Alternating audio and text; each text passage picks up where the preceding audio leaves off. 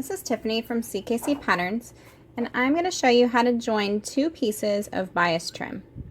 I've taken my first piece. I'm just doing a sample piece, so it's a little bit short, but yours will be a long piece. You can do this with pre-made bias tape or self-made.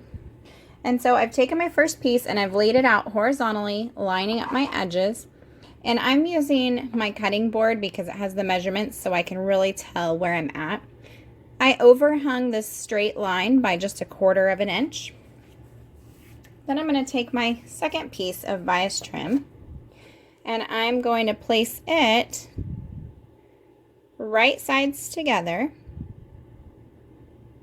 also overhanging it 1/4 inch here, but then it's it's straight on this line so that the overlap, the bottom one still has a 1/4 inch overhang.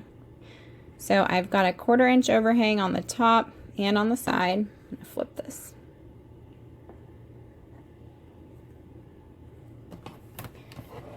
Now I'm going to take my straight edge and I want to draw a line from the two corner points where the pieces of bias trim overhang one another. So this is going to be a 45-degree angle because our other pieces are at 90-degree angles. And now I'm going to use a couple of pins to hold everything in place. I want to pin on either side of that line we just drew so that everything stays at a 90 and a 45. Now I'm going to take this to my sewing machine and sew on that line from this point to this point. Now I've gone ahead and sewn on this line, so I'm just going to double check. When I open this up, we should have a perfectly straight line across the top and the bottom where the joins are.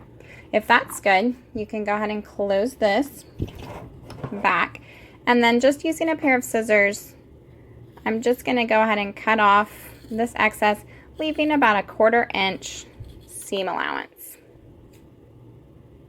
I just cut off those extra triangles as well, so that when you open, you've got one joined piece, or two joined pieces rather. You can go ahead and press this seam open so that whenever you're applying your bias tape, everything lays nice and flat.